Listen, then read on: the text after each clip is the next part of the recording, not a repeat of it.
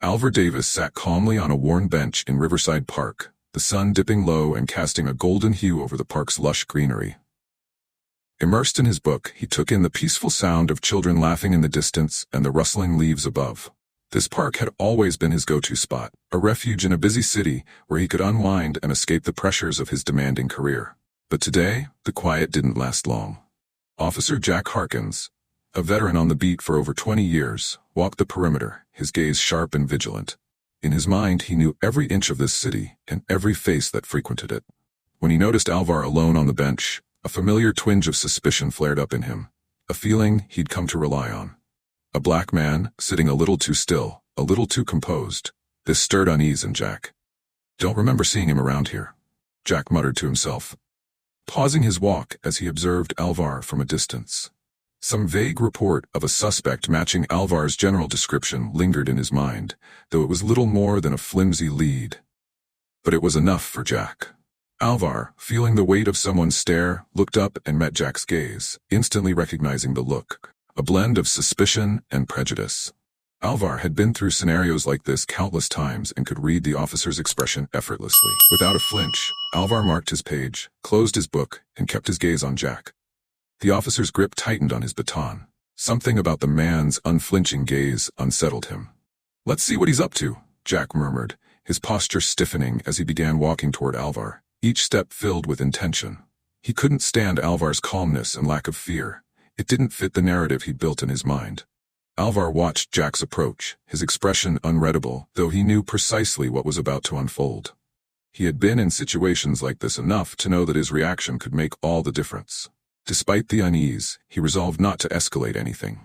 As Jack neared, he greeted Alvar with a polite "afternoon," though his tone betrayed a sharper edge. Alvar responded with a calm "afternoon," keeping his hands visible on his closed book, sensing the officer's suspicion. "What brings you out here today?" Jack asked, his eyes flicking from Alvar's face to his book, searching for something that could justify his gut feeling. "Just enjoying the park," Alvar replied evenly. Jack nodded, though his mind raced. He was more interested in what Alvar might be hiding. "Are you from around here?" Jack pressed, attempting to peel away Alvar's calm exterior. Alvar offered a slight smile, though it didn't reach his eyes. "I've been around," he replied. The non-answer irritated Jack and his stance grew more rigid. "Mind if I see some ID?" he demanded. Alvar's smile faded. He knew his rights, understood he wasn't obligated to show ID for simply sitting in a public park. But he also knew refusing could lead to a bigger confrontation. "Am I under arrest?" Alvar asked calmly, meeting Jack's eyes without a hint of fear. Jack tensed. The unruffled tone, the steady gaze, it all felt like a challenge. "You will be if you don't cooperate," he shot back, his hand instinctively moving toward his holster. Alvar took a slow, deep breath, unwilling to back down. "I'm just sitting here. Is there a law against that?" His voice remained steady. "You fit the description of someone we're looking for," Jack responded, though the justification was weak even to him. He stepped closer, looming over Alvar. "And what description is that?" Alvar asked quietly, his voice steady. Jack clenched his jaw, recognizing he didn't have a solid answer, but backing down would mean conceding control. "Don't get smart with me," Jack snapped, his voice taut. "Show me some ID now." For a brief moment, the two men locked eyes, the tension between them thick and unyielding. Alvar understood he could assert his rights but sensed the danger in challenging the officer further. Choosing to comply, he moved slowly, reaching into his pocket for his wallet with measured precision, then handed over his ID without a word. Jack snatched it and glanced at the name, though it didn't register. "Stand up," Jack ordered, stepping back to allow Alvar room. Alvar sighed but rose from the bench, keeping his hands visible, knowing that any misstep could be misinterpreted. "Turn around," Jack said, pulling out his handcuffs. Suppressing his frustration, Alvar complied, allowing Jack to cuff him without resistance. Around them, passers-by began to take notice, their curious and concerned eyes following the scene. Alvar held on to his composure, knowing that anger would only make things worse. As Jack secured the cuffs, he couldn't shake an uneasy feeling, one that suggested he might be making a mistake, but his pride wouldn't allow him to pause. Leading Alvar toward the patrol car, Jack ignored the whisper of doubt creeping into his mind. Alvar, silent as they walked, was already preparing for what would come next. He knew the truth would emerge, knew this officer would soon realize who he had detained. But he couldn't shake the familiar weariness, a deep exhaustion rooted in the knowledge that despite everything he'd accomplished, Situations like these still happened. Upon reaching the patrol car, Officer Jack Harkins opened the back door and motioned for Alvar to enter, the tension palpable between them. Alvar eased into the seat, feeling the cold bite of the handcuffs against his wrists as he stared out the window. The trees of the park blurred past as the car pulled away, and Alvar found himself wondering, yet again, how a seemingly peaceful day had spiraled into this. The engine's hum filled the silence as Officer Harkins gripped the wheel tightly, his mind racing with questions about the man he'd just detained. The memory of Alvar's calm, unflinching gaze in the park unnerved him. It felt like Alvar knew something he didn't, but pride wouldn't allow him to question his own judgment. In the back seat, Alvar sat quietly, his hands bound behind him, watching the passing scenery but focused on the unknowns awaiting him at the station. He knew the system well enough to understand how a situation like this could escalate, yet he was also aware of his position and the authority it afforded him, something Harkins didn't know yet. As they neared the station, Jack glanced in the rearview mirror, his eyes narrowing in suspicion. "So, what were you really doing in the park?" he asked, his tone sharp. Alvar met his gaze in the mirror, his expression unreadable. "Just reading," he replied calmly. Jack scoffed, doubtful. "A guy like you? Just reading in the park?" Alvar raised an eyebrow, his tone measured. "A guy like me?" he echoed, letting the silence grow thick. Jack shifted uncomfortably, catching his own prejudice, but unwilling to acknowledge it. After a pause, Alvar asked quietly, "And what does someone like me look like, officer?" Jack's mouth tightened, but he didn't answer, aware of the implication yet not ready to admit it aloud. The rest of the ride passed in silence, each man lost in thought. Pulling into the precinct, Jack parked near the entrance, exited the car, and helped Alvar out, guiding him toward the building. The cuffs pressed into Alvar's wrists, but he kept his composure, knowing that the worst response would be anger. Inside, the precinct buzzed with activity, phones rang, officers spoke in low voices, and footsteps echoed. Jack led Alvar through the main hall, ignoring the curious stares of other officers, unsure of his next move and wanting to avoid questions. They stopped by the processing desk where Officer Jenkins glanced up in surprise at Jack's arrival with Alvar in tow. "What's the story?" Jenkins asked, eyeing Alvar, then turning to Jack. "Found him acting suspicious in the park," Jack replied tersely, handing over Alvar's ID, unwilling to admit he lacked solid grounds.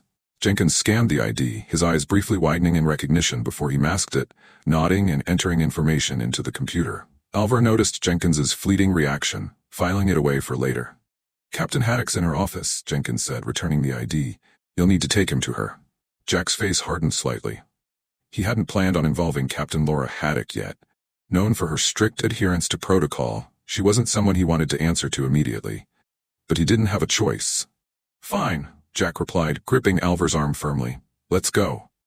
Alvar walked beside him, his face unreadable, though he sensed Jack's mounting uncertainty. The officer knocked on the office door, and a voice called for them to enter. The office was neat and organized, with Captain Haddock, a sharp-eyed, no-nonsense woman, sitting behind a large desk. As they entered, her gaze shifted from her paperwork to Alvar, a flicker of recognition flashing across her face, which she quickly masked. "So, Officer Harkins," she began neutrally. "What's this about?" Jack straightened, pushing Alvar forward slightly.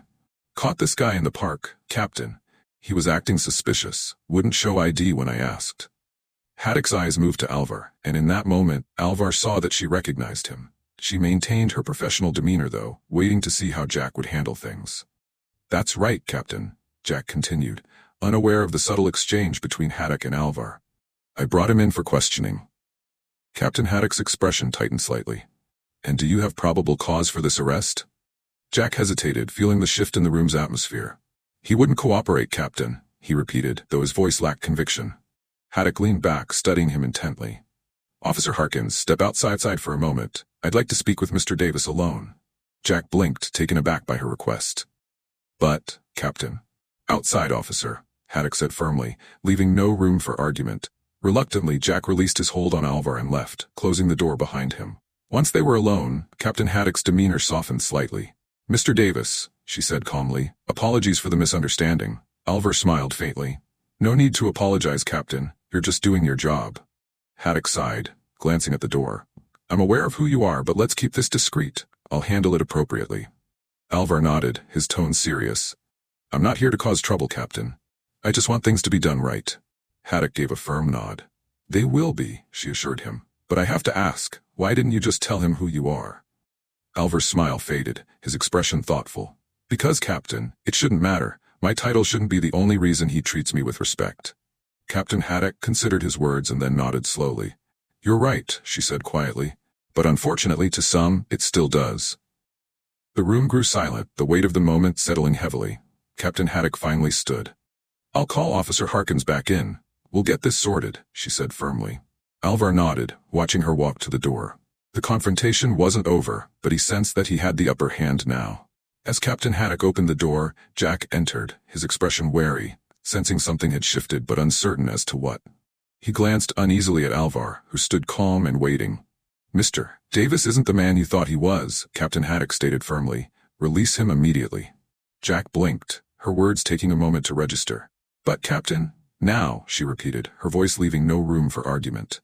Hesitantly, Jack fumbled for his keys, his hands trembling slightly as he unlocked Alvar's cuffs, the weight of his mistake beginning to dawn on him. As the cuffs clicked open, Alvar rubbed his wrists, offering Jack a measured look. Thank you, officer, he said, his tone calm but with an edge of finality. Jack swallowed, the words lodging in his throat. You're free to go, he muttered, stepping aside. Alvar nodded and then turned to Captain Haddock. I'll be in touch, Captain, he said quietly. There's still much to discuss. Captain Haddock nodded in return, understanding the gravity of his words. I look forward to it, Mr. Davis. With that, Alvar left, leaving Jack standing there, a sinking feeling settling in his stomach. The encounter was over, but the repercussions were only just beginning. Later, Jack sat at his desk in the precinct, tension coiled in his body. He hadn't been able to focus since Captain Haddock had ordered Alvar's release. A knot of unease formed within him, made worse by the realization he still didn't fully understand what had just happened. He knew he'd made an error, but the scope of it eluded him. The silence around him was both comforting and unsettling, a space for his thoughts to spiral. The sound of approaching footsteps pulled him back to the present. He looked up to see Captain Haddock advancing toward him, her expression serious. Officer Harkins, my office. Now, she said, her tone making it clear this wasn't optional. Jack rose immediately, struggling to suppress the nervousness creeping into his demeanor. He followed her to the office, each step heavier than the last. Inside, Captain Haddock closed the door and motioned for him to sit. He hesitated, then sank into the chair, feeling the gravity of what was to come. Captain Haddock seated herself across from him, her sharp gaze fixed on him. Officer Harkins, she began, her tone stern. Do you have any idea who Alvar Davis is? Jack's brow furrowed. No, Captain. Just some guy in the park, he responded, still confused. Haddock leaned forward, her gaze unyielding. Alvar Davis isn't just some guy in the park. He's a special agent, one of their best. Her words struck Jack like a blow, shock flashing in his eyes as he grasped the implications of his actions. An FBI agent? He repeated, voice barely a whisper. Yes, Haddock confirmed, her voice firm. And he's highly regarded. This arrest will have serious repercussions, not only for you but for this precinct. Jack's mind reeled as he realized the extent of his error. He had profiled and detained an innocent man, a federal agent, based solely on biased assumptions. The enormity of his mistake settled over him, filling him with a cold, creeping dread.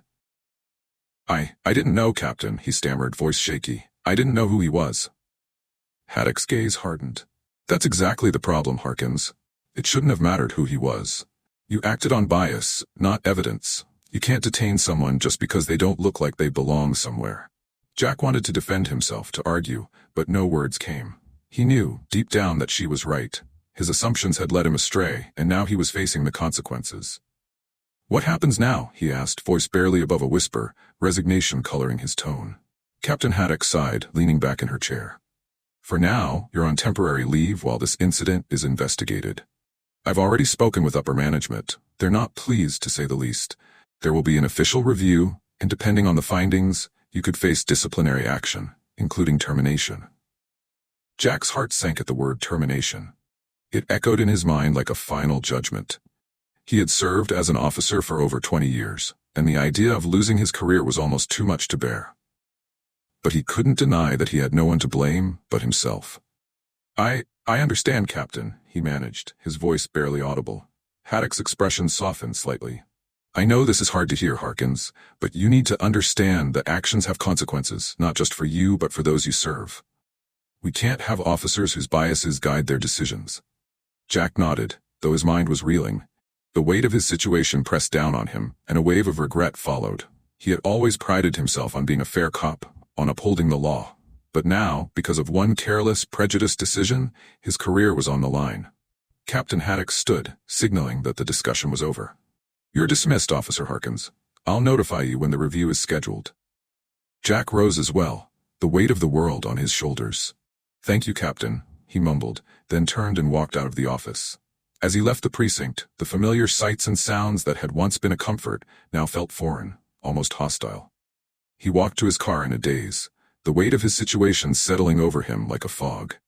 He had been a cop for so long that he didn't know who he was without the badge. The thought of losing it, of facing this failure, filled him with fear, but also with a new, unwelcome sense of doubt. Jack was forced to confront the unsettling possibility that he wasn't the upstanding officer he'd always believed himself to be. Perhaps, just perhaps, he had allowed his biases to influence his actions more than he was ready to admit. As he drove home, the cityscape blurred by, but he couldn't shake the image of Alvar Davis's steady, unyielding gaze. That look had unnerved him from the beginning, and now he understood why. Alvar had seen through him, understanding the situation's gravity before Jack himself did. When he finally arrived home, Jack sat in his car, staring at the steering wheel. The day's events were playing over and over in his mind, each cycle intensifying the weight of his actions. He didn't know what the future held, but he understood that his life had changed irrevocably. With a heavy sigh, he stepped out and walked into his house. The silence of the empty rooms closed in on him, and he sank into a chair, his mind tangled with fear, regret, and uncertainty. For the first time in a long while, he had no idea what his next move should be. At the precinct, Jack stood outside the conference room, his heart pounding in his chest. The usual background hum of the building seemed muted, as if everyone was holding their breath, awaiting what was about to unfold. The official review was imminent, and Jack understood that every word he spoke in the next hour could decide his career's future. He glimpsed his reflection in a nearby window, noting how worn and aged he appeared, a visible tightness around his eyes that hadn't been there days before. He straightened his uniform, took a steadying breath, and tried to focus. This was his chance to explain, to justify his actions, though he wasn't sure he could anymore. The door opened, and Captain Haddock stepped out, her expression unreadable. "We're ready for you, Officer Harkins," she announced in a steady tone. Jack nodded, swallowing hard as he followed her into the room. Inside, tension filled the space. The long table lined with stern officials from the precinct's internal affairs, high-ranking officers, and at the far end, Alvar Davis. Seeing him there was like a punch to the gut. Jack had hoped Alvar wouldn't be present, that he wouldn't have to face him again. But there he was, calm and unflinching, a quiet authority in his gaze. Captain Haddock took her seat at the head of the table and motioned for Jack to sit opposite her. He did so, trying to ignore his sweaty palms. The room was silent, the weight of judgment thick in the air. "Officer Harkins," Haddock began formally, "this review is to assess the appropriateness of your actions regarding Mr. Alvar Davis's arrest. We will examine the events leading to the arrest, your conduct, and the resulting consequences. Do you understand the gravity of this review?" "Yes, Captain," Jack replied, his voice low but steady. He cast a quick glance at Alvar, who was watching him intently, then focused back on Haddock. "Good," she said with a nod. "Let's begin with your incident report. According to your statement, you arrested Mr. Davis because he matched the description of a recent robbery suspect. Is that correct?" Jack nodded. "Yes, Captain. I saw him in the park. He matched the description, tall, black, early 40s, and he seemed to be acting suspiciously." "And what exactly was suspicious about his behavior?" Haddock inquired neutrally but pointedly. Jack hesitated, knowing his response was crucial. He was alone, just sitting there. When I asked for his ID, he was evasive. "Evasive? How?" she pressed. "He didn't want to show his ID immediately," Jack explained, realizing how weak the word sounded. "It seemed like he was hiding something." Alvar spoke, his tone calm but firm. "I was reading a book, Officer Harkins, not typical criminal behavior." Jack flinched at the words but kept his focus on Haddock. "I was just doing my job, Captain, trying to protect the community." "And did you find anything on Mr. Davis that indicated criminal involvement?" Haddock asked, her eyes narrowing. Jack shook his head. He was clean. A heavy silence followed, everyone processing the exchange. Finally, an internal affairs officer spoke up. "Officer Harkins, did it occur to you that Mr. Davis might have been telling the truth?" Jack hesitated, scrambling for an answer. I was following protocol. We're trained to be cautious, to assume potential danger until proven otherwise." The officer's gaze sharpened. But did you consider that your assumptions might have been influenced by something beyond protocol? Jack's throat tightened, realizing there was no easy response. I didn't mean to profile him. I was just doing my job. Alvar leaned forward, his gaze unbroken. Your job is to protect and serve, Officer Harkins, not to judge based on appearance. Jack felt a defensive urge but was quickly overtaken by a wave of guilt.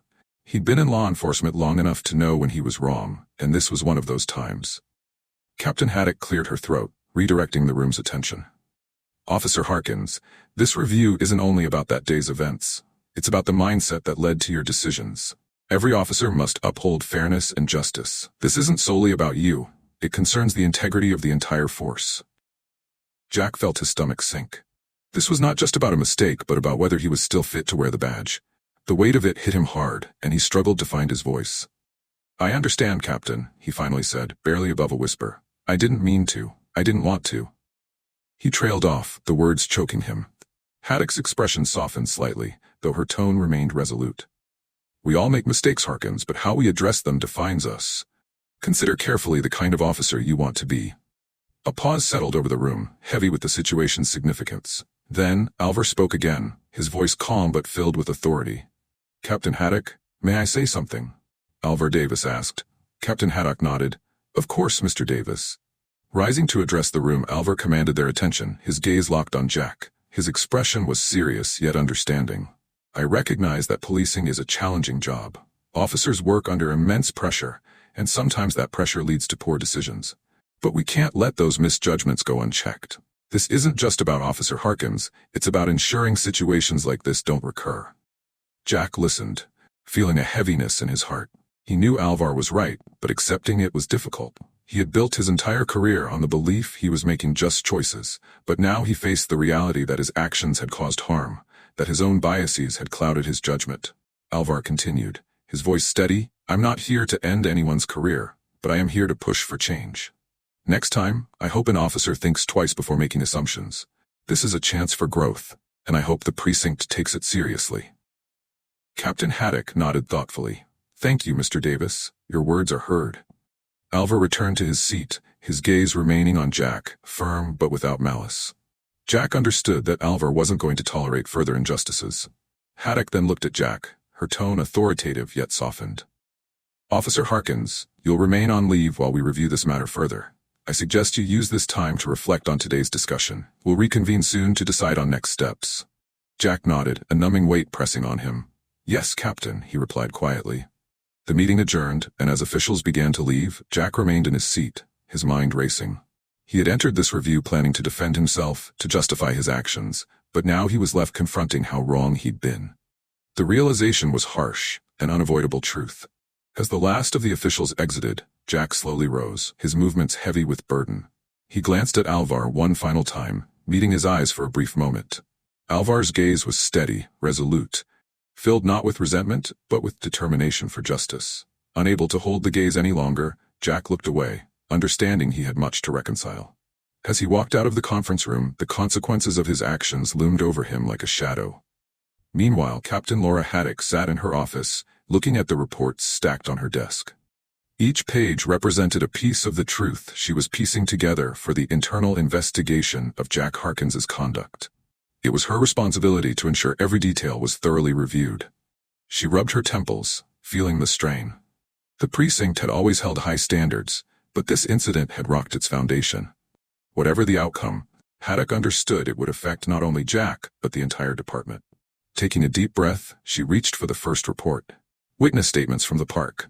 She had read them multiple times, and with each read, the evidence against Jack became harder to ignore. The witnesses, park-goers who had observed the arrest, described the events clearly and consistently. Jack had approached Alvar Davis with a presumption of guilt, acting aggressively from the beginning and failing to de-escalate.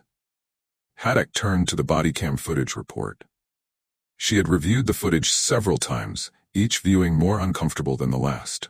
Jack's tone, his body language, and the aggressive approach reflected his biases. Alvar's attempts to explain were dismissed, and the force used during the arrest was evident, all plainly documented. A knock at the door pulled Haddock from her thoughts. Detective Harper, her second-in-command for the investigation, stood in the doorway holding a file. I have the last of the witness interviews, he said, handing her the file. I've also scheduled Alvar Davis for later today.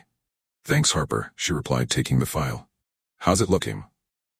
Harper sighed, running a hand through his graying hair. Not great, Captain. The witnesses are all consistent, and the footage backs them up. Haddock nodded grimly. I was afraid of that. Are we bringing Harkins in for more questions? Yes, Harper confirmed. Let's see if he's ready to talk more openly this time. Harper left, and Haddock opened the file, reading through the latest statements. They echoed what she had already read. Jack had approached Alvar aggressively, while Alvar had tried to calm the situation, though his attempts went unheard. Finishing the statements, Haddock felt a deep unease. She had known Jack for years, thought of him as a solid officer, yet this incident had revealed a side she'd never seen. Hours passed as Haddock continued to analyze the evidence. Another knock at the door came, and Harper entered, followed by Jack. Come in, Harkins, Haddock said in a neutral tone. Jack looked exhausted, shadows beneath his eyes. He sat across from her, casting a nervous glance at Harper, who sat beside him. We're going to go over the events of that day again, Haddock said, leaning forward. I need you to be completely honest with us, Jack. This is your chance to explain. Jack nodded, but his face was tense. I understand, Captain. Haddock glanced at Harper, who began the questioning. Walk us through what was going through your mind when you first saw Alvar Davis in the park. Jack hesitated, searching for words. I saw someone who fit the suspect's description. It was a high-pressure situation, and I made a quick call. And what made you so certain he was the suspect? Harper asked, pressing. He matched the description. Jack repeated himself, his tone defensive. We were searching for a black male matching his build and height. He was acting suspiciously, like he was hiding something. Haddock could hear the strain in Jack's voice as he grasped for justifications. Jack, the witness statements and body cam footage tell another story. They show Alvar Davis was cooperative, trying to explain who he was, but you didn't listen. Jack shifted uncomfortably, responding, he was trying to throw me off. Buy time. I was just following my training, Captain. Your training? Haddock echoed sharply. Jack, your training doesn't excuse racial profiling. It doesn't excuse escalating a situation that didn't need it. Jack started to respond, but Haddock held up a hand to stop him. Look, Jack, I'm not here to argue with you. I'm here to find the truth. And the evidence we have so far isn't in your favor. It shows you made assumptions based on race, and those assumptions led to an unjust arrest. A silence settled as Jack processed Haddock's words before he finally spoke in a low voice. I didn't mean for this to happen. I was just doing my job. Haddock sighed. I know, Jack, but intent doesn't erase the impact of your actions. This isn't just about you. It's about what your actions represent and how they affect the people we are supposed to protect. Before Jack could reply, another knock at the door brought Alvar Davis into the room. Thank you for coming in, Mr. Davis, Haddock said, standing to shake his hand. Alvar nodded calmly. Of course, Captain. Haddock motioned for him to take a seat and turned back to Jack. Jack, we're going to hear Mr. Davis's account now, and I want you to listen carefully. Jack nodded, unable to meet Alvar's eyes. Harper began. Mr. Davis, can you describe your encounter with Officer Harkins? Alvar's voice was steady. I was enjoying my day at the park when Officer Harkin approached me aggressively, demanding my ID, questioning me like I was already guilty. I explained that I was an FBI agent, that this was likely a mistake, but he didn't listen. He cuffed me, pushed me to the ground, treating me like a criminal. Jack flinched but stayed silent, eyes fixed on the table. Harper continued, Do you believe Officer Harkin's actions were influenced by your race? Alvar responded without hesitation. Absolutely. I could see it in his eyes, in the assumptions he made before I could even speak. I've dealt with situations like this, but it's different coming from someone who's supposed to protect and serve. Haddock observed how Alvar's words weighed on Jack, his shoulders slumping slightly, his figure shrinking into himself. Thank you, Mr. Davis, Haddock said. Alvar nodded, rising to leave. At the door, he turned back to Jack, saying, I don't hold a personal grudge, Officer Harkins, but I hope you take this as a chance to learn. It's not about your intentions, but about how those intentions manifest in the real world. With that, Alvar left, leaving a heavy silence. Jack, Haddock said, her tone gentler, this investigation isn't just about accountability. It's about making sure this doesn't happen again. We have to do better, for the public we serve and for ourselves. Jack nodded slowly, absorbing her words, but the fight had left him. The weight of evidence, Alvar's words, and the reality of his actions were sinking in, though whether he was ready to confront it fully remained uncertain. Take the rest of the day off, Jack, Haddock said quietly. We'll reconvene tomorrow. Jack stood stiff and left without a word, the door closing behind him. Haddock felt the weight of responsibility on her shoulders. This investigation was just the start. There was much work ahead within the department and beyond. For now, she could only focus on piecing together the truth and hoping it would drive lasting change. Later, Captain Laura Haddock sat at her desk, the final investigation report before her. The conclusions were clear, but the path forward was still daunting. She glanced at the clock, knowing Alvar Davis would arrive soon. The conversation would be pivotal, not just for Jack Harkins, but for the entire department. A soft knock at the door signaled Alvar's arrival. Haddock stood, smoothing her uniform. "Come in," she called. Alvar entered, calm as usual, offering a polite nod before sitting across from her. "Thank you for coming, Mr. Davis," Haddock began. "Of course," Alvar replied steadily. "I assume the investigation is complete?" "It is," Haddock confirmed, leaning forward. "After reviewing all evidence, witness statements, and footage, it's been decided that Officer Harkin will be terminated." Alvar nodded, processing the news. "I appreciate the thoroughness, Captain, but I have to ask, do you believe this will lead to real change in the department?" Haddock paused, choosing her words carefully. "I believe it's a step in the right direction. Officer Harkin's actions were unacceptable, and his termination sends a clear message that racial profiling and abuse of power won't be tolerated. But I also know that one termination doesn't address the larger issues at hand." Alvar met her gaze, replying, "You're right, this is about more than one officer. It's about the department's culture, the training officers receive, and the biases that influence their actions. If we don't address these factors, incidents like this will continue." Haddock nodded, appreciating his candor. "I agree. This incident highlights the need for systemic change, and I'm committed to pursuing it. We're revising our training programs to offer deeper education on racial bias and de-escalation techniques. Additionally, we're implementing stricter oversight and accountability practices," Haddock explained. Alvar gave a slight nod, a hint of approval in his voice. "That's a solid beginning, but it's going to take more than policy changes. We need to shift officers' mindsets, helping them understand the impact their actions have on communities. That's not an overnight process." "I'm aware," Haddock admitted. "It's going to be a long and challenging journey, but it's necessary if we want to rebuild trust and make sure what happened to you doesn't happen to someone else." Alvar leaned back thoughtfully. "I've been in law enforcement long enough to know change isn't easy, especially when it involves confronting uncomfortable realities. But I'm willing to help make that happen. This isn't about me, it's about creating a fairer, safer system for everyone." Haddock felt respect for Alvar. Despite everything he'd endured, he was still willing to engage and push for change. "Thank you, Mr. Davis," Haddock said sincerely. "Your insight will be invaluable as we move forward, and I want you to know your voice will be heard." Alvar nodded. "I'm not looking for special treatment. I just want to make sure this department becomes the best version of itself. That's what the community and the officers both deserve." Haddock agreed wholeheartedly. "You're absolutely right, and I assure you we're committed to making it happen." They sat in silence for a moment, reflecting on the gravity of their conversation. Dismissing Officer Harkin was only the beginning. The real work lay in the reforms and cultural changes necessary to prevent future injustices. As Alvar stood to leave, Haddock rose as well, extending her hand. "Thank you again, Mr. Davis. I look forward to working with you." Alvar shook her hand firmly. "Likewise, Captain. Let's make this a turning point, not a fleeting reaction." After Alvar left, Haddock glanced at the closed investigation report on her desk. The decision had been made, but it was now her responsibility to ensure it led to genuine, lasting change. She knew the road ahead would be challenging, but she was ready. This wasn't just about one officer or one incident. It was about doing what was right, no matter the difficulty. With renewed resolve, she picked up her phone and began making the calls to set the reforms in motion. The day was overcast as Alvar Davis climbed the precinct steps. The city itself seemed to be holding its breath, awaiting the outcome of this moment. Inside, the atmosphere was tense, but filled with a sense of anticipation. The changes Captain had promised were beginning to take shape, though there was still a long journey ahead. As Alvar entered, he noticed small shifts in the environment. A new bulletin board near the entrance displayed information about upcoming workshops on racial bias and de-escalation. Officers moved through the halls with a different energy, their conversations quieter, more serious. Making his way to Haddock's office, Alvar nodded to a few officers. Some returned his gesture respectfully, while others avoided eye contact, still grappling with the aftermath. At Haddock's door, he found it slightly ajar. Knocking softly, he entered at her invitation.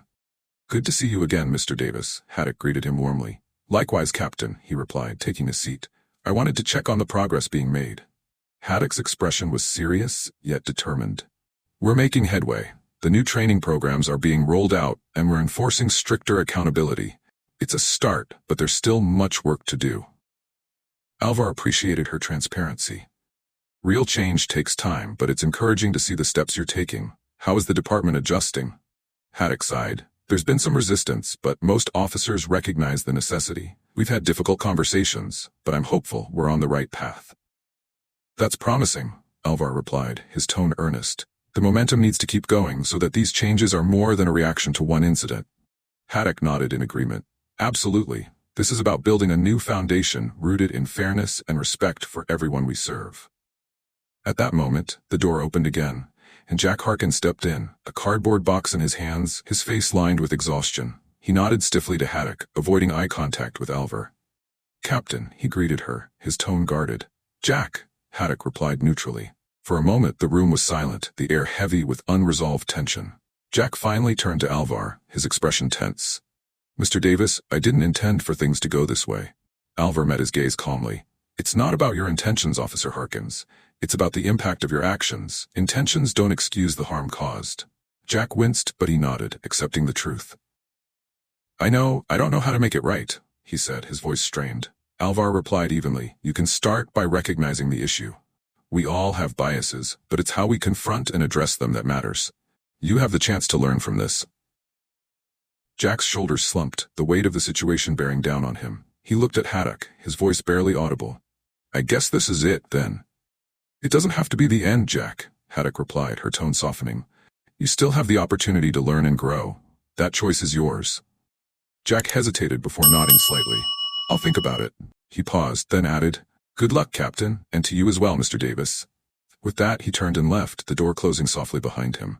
Haddock and Alvar watched him go, each lost in thought. After a moment, Alvar asked, "Do you think he'll be all right?" Haddock sighed, leaning back. "I hope so. But it's out of our hands now. We need to focus on what lies ahead." Alvar nodded. "There's still a lot to do." After a pause, he extended his hand. "Thank you for everything, Captain. I appreciate your commitment to making things right." Haddock shook his hand firmly. "Thank you, Mr. Davis. Your involvement has been crucial. We're in this together." With that, Alvar left the precinct, aware of officers watching him as he walked down the hall. Some faces were curious, others thoughtful. Change wouldn't come easily, but he knew it was essential. This situation had opened a door, and it was up to all of them to step through it. As he stepped out into the crisp morning air, Alvar felt a renewed sense of resolve. The journey would be difficult, but he was ready to continue the fight for justice. This was just the start, and he was determined to see it through, every step of the way.